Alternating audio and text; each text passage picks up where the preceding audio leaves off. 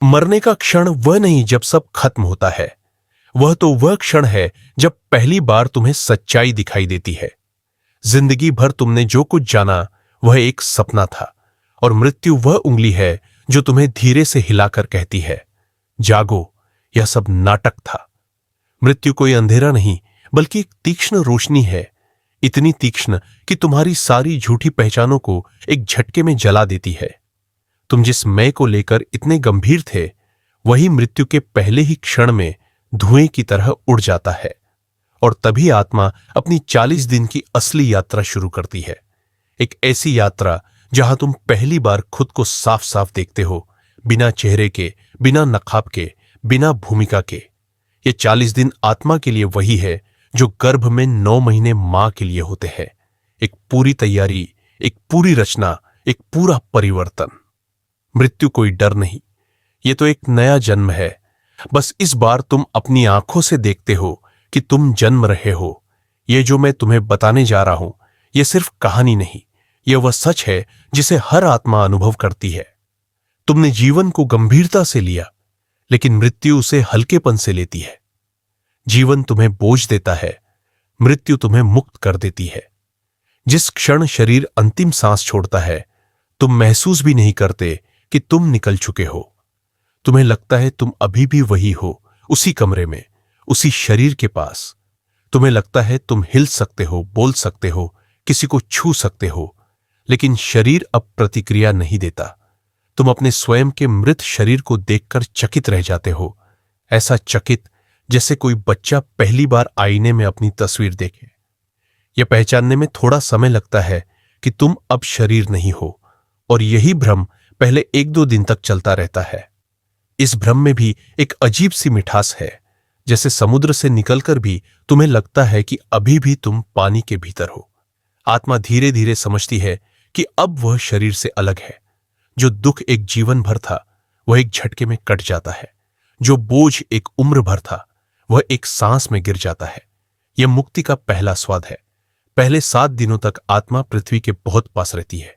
वह अपने घर, अपने कमरे, अपनी चीजों के इर्द गिर्द घूमती है। जिनसे प्रेम था, उनके चेहरे उसे खींचते हैं। जिनसे लगाव था, उनकी उपस्थिति उसे रोकने की कोशिश करती है। जो अधूरे काम थे, वे आवाज देकर उसे बुलाते हैं। जो दुख छिपे थे, वे अचानक साफ दिखाई देते हैं। यह वह समय है जब आत्मा जोर से कोशिश करती है कि किसी को बता सके, मैं यहां हूं, लेकिन कोई सुन नहीं पाता, कोई महसूस नहीं कर पाता। और यही पहली बार उसे एहसास होता है कि दुनिया उससे बिल्कुल अनजान है।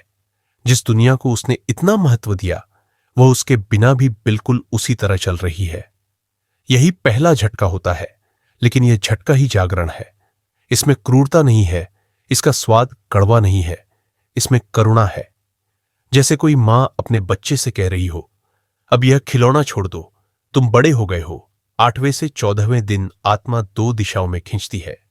एक दिशा वह पुरानी है, पुरानी यादें, पुराना घर, पुरानी बातें, पुराने घाव।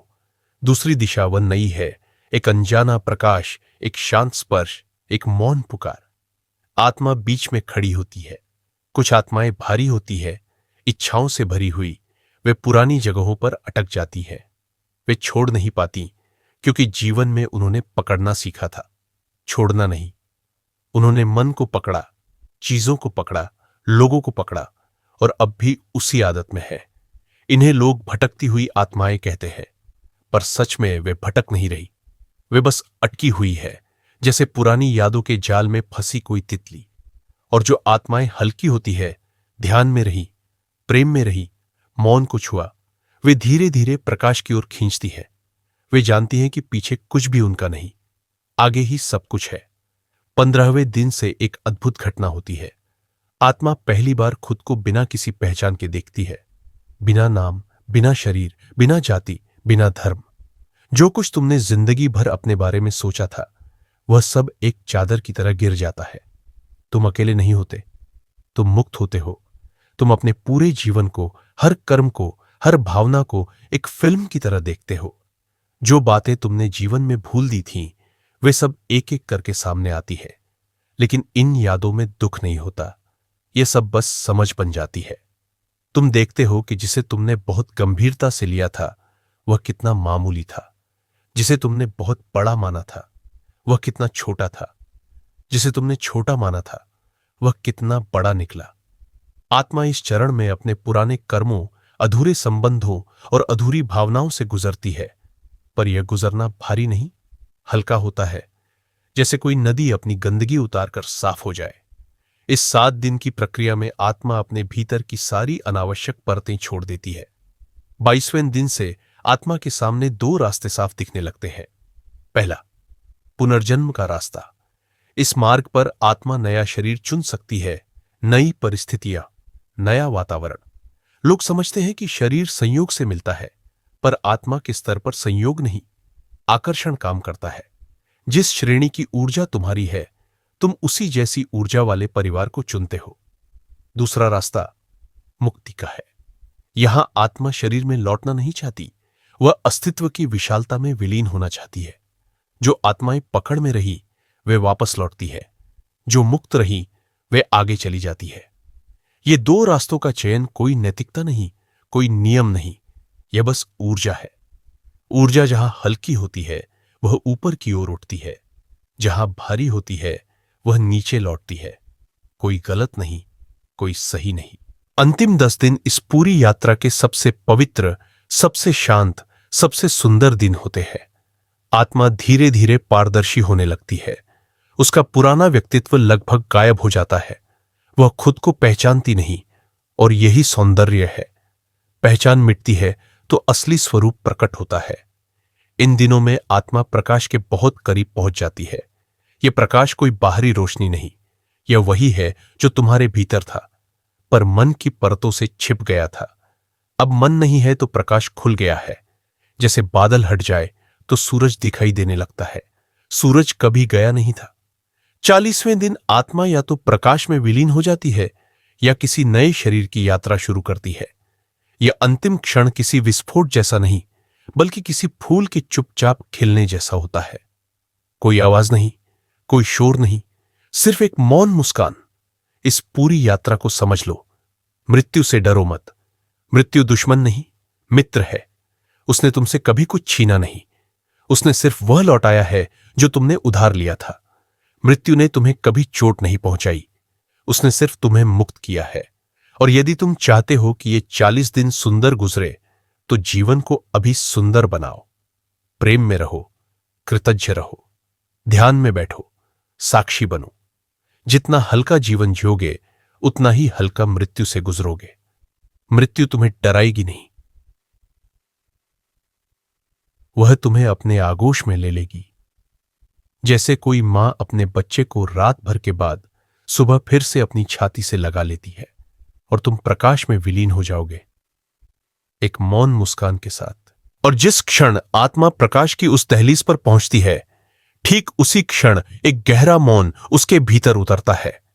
यह मौन वैसा मौन नहीं है जिसे तुम शोर के न होने से समझते हो। यह वह मौन है जिसमें सब कुछ घुल जाता है, विचार, यादें, व्यक्तित्व, समय, यहां तक कि वह मैं भी जिसे तुम इतना संभाल कर रखते थे। आत्मा इस मौन में एक ऐसी मधुरता महसूस करती है जैसी किसी पुराने संगीत की धुन, जिसे वह शायद जन्म जन्मांतर से सुनने को तरस रही थी। यह मौन आत्मा के चारों तरफ नहीं, बल्कि उसके भीतर खिलता है, और एक क्षण के लिए आत्मा को लगता है कि जैसे वह अस्तित्व की धड़कन सुन रही है, जैसे ब्रह्मांड किसी बहुत गहरे प्यार से कह रहा हो, अच्छा हुआ तुम आ गए। इसी क्षण आत्मा के भीतर एक और समझ खुलती है। जो कुछ उसने जीवन में खोया वह कभी उसका था ही नहीं, और जो कुछ उसने पाया वह कभी उससे अलग हुआ ही नहीं। दुख, सुख, प्रेम, पीड़ा, सब बस अनुभव थे, धुएं की तरह आए और चले गए। आत्मा पहली बार जान पाती है कि वह किसी अनुभव की बंदी नहीं है, वह उन सब की साक्षी है, और इसी में मुक्ति का पहला स्वाद आता है। आत्मा को ऐसा लगता है जैसे वह बहुत लंबी यात्रा के बाद अपने ही घर पहुंची हो, और दरवाजा हमेशा से खुला था, वह बस भूल गई थी। जैसे जैसे आत्मा प्रकाश के करीब पहुंचती है, उसके भीतर एक दूसरी रोशनी भी जागती है। वह पहचानने लगती है कि कौन से अधूरे काम, कौन सी अधूरी सीखें, कौन सी इच्छाएं अभी भी उससे जुड़ी हुई है, और यह भी कि वे इच्छाएं अब कितनी छोटी लगती है, जैसे कोई बच्चा मिट्टी के खिलौने के लिए रोता हो और अचानक उसे याद आ जाए कि वह सिर्फ खेल था। इस समझ के साथ आत्मा और हल्की होती जाती है। ऐसा लगता है कि वह कोई बोझ नहीं उठाए हुए, वह सिर्फ बह रही है, जैसे हवा में उड़ता हुआ रुई का फाहा। अस्तित्व आत्मा से कभी जल्दी नहीं करता, वह उसे पूरा समय देता है। वह पूछता भी नहीं तुम्हारा क्या फैसला है, क्योंकि निर्णय कोई सवाल जवाब से नहीं होता। निर्णय तब होता है जब आत्मा पूरी तरह स्पष्ट हो जाती है, और जब वह स्पष्ट होती है तो या तो वह लौट आती है या आगे चली जाती है।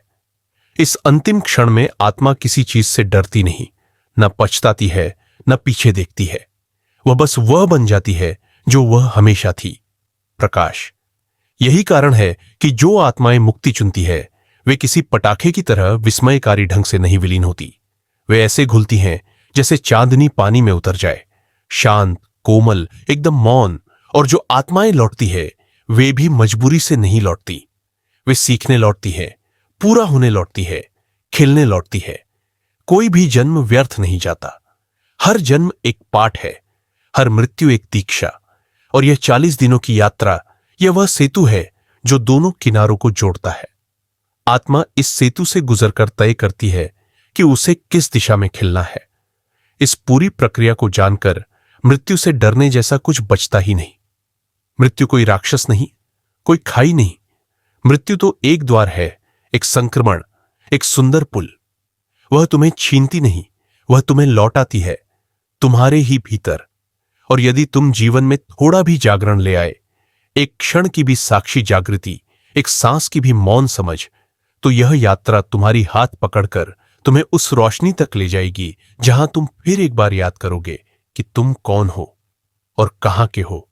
अगर इस यात्रा ने आपके भीतर कोई छोटी सी भी रोशनी जलाई हो, अगर एक पल के लिए भी आपको लगा कि आप सिर्फ शरीर नहीं बल्कि एक अनंत ऊर्जा है, तो इस वीडियो को यही मत जाने देना। इसे लाइक कर दो, क्योंकि आपका एक लाइक यह बताता है कि आप भीतर की सच्चाई को सुनने के लिए तैयार है। नीचे कमेंट में जरूर लिखें, क्या आपने कभी मृत्यु, आत्मा या जीवन के रहस्यों को भीतर से महसूस किया है? मैं आपकी बात पढ़ता हूं, आपके शब्दों में छिपी ऊर्जा को महसूस करता हूं, क्योंकि हम सब इस यात्रा के सहयात्री हैं। अगर यह संदेश आपको छुआ है तो इसे अपने प्रियजनों तक पहुंचाओ, शेयर करो, क्योंकि एक छोटी सी साझा की गई रोशनी भी किसी और के अंधेरे को भेद सकती है। और हां, अगर आप चाहते हैं कि मैं आपको ऐसी ही गहराई वाली यात्राओं पर बार बार ले चलता रहूं, तो चैनल को सब्सक्राइब कर लो और बेल आइकन दबा दो, क्योंकि अगली बार हम सिर्फ सुनेंगे नहीं, हम समझेंगे, जागेंगे और भीतर से बदलेंगे। अपना प्यार, अपना समर्थन, अपनी उपस्थिति ऐसे ही बनाए रखना, क्योंकि तुम सुनते हो, इसलिए यह आवाज अस्तित्व में है।